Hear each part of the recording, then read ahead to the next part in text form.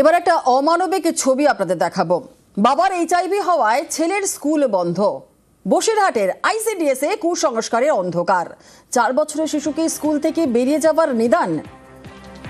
কার বিরুদ্ধে এই অভিযোগ, আরো বিস্তারিত জানবো। অনুপম আমাদের সঙ্গে রয়েছে। অনুপম, দেখো তুমিলা, এই যে বসিরহাটের একটি জায়গায় সেখানে বাবা এইচআইভি রোগে আক্রান্ত হয়েছে, সেই কারণে তার 4 বছরের শিশু সন্তানকে আইসিডিএস স্কুল থেকে বের করার নিদান দিলেন সেই স্কুলের দিদিমণি। এমনটাই অভিযোগ সেই পরিবারের।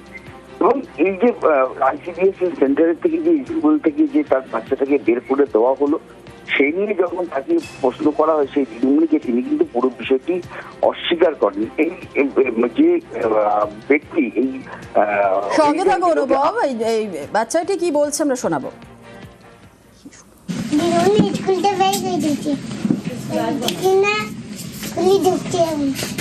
স্কুলে ঢুকতে দেয়নি, শিশু বলছে ওকে স্কুলে ঢুকতে দেয়নি।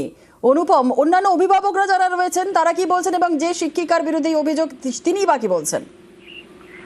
দেখো জুনিলা, এই যে ভদ্রলোক এইচআইভিতে আক্রান্ত, তিনি এই এইচআইভি রোগের পাশাপাশি অন্যান্য উপসর্গ দেখা দিলে তিনি এখন একটি বেশ সরকারি হাসপাতালে তিনি চিকিৎসাধীন রয়েছেন এবং তিনি মৃত্যুর সঙ্গে লড়াই করছেন। এবং তার পরিবার রীতিমতো তাদের ছেলেকে নিয়ে, তার অসুস্থ রোগীকে নিয়ে যেমন চিন্তিত, পাশাপাশি এই তার সন্তান 4 বছরের সন্তানকে স্কুল থেকে বের করে দিয়েছে, সেই জন্য রীতিমতো তার এই বাচ্চাটির মা এবং তার পরিবারের সবাই কান্নায় ভেঙে পড়েছে। তাহলে কি তার বাচ্চাটা কি তাহলে কি ভবিষ্যৎ নষ্ট হয়ে যাবে, পড়াশোনা করতে পারবে না? এমনটাই কুসংস্কারে আচ্ছন্ন হয়ে রয়েছে এখনো এই বসিরহাটের এইসব গ্রামের মানুষ এবং শিক্ষকরা। ধন্যবাদ।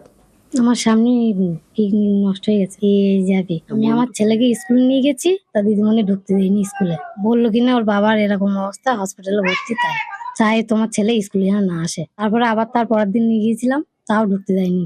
আমি চাই আমার বাচ্চা যেন স্কুলে যায়, সবার সাথে যেন একই সাথে পড়ে।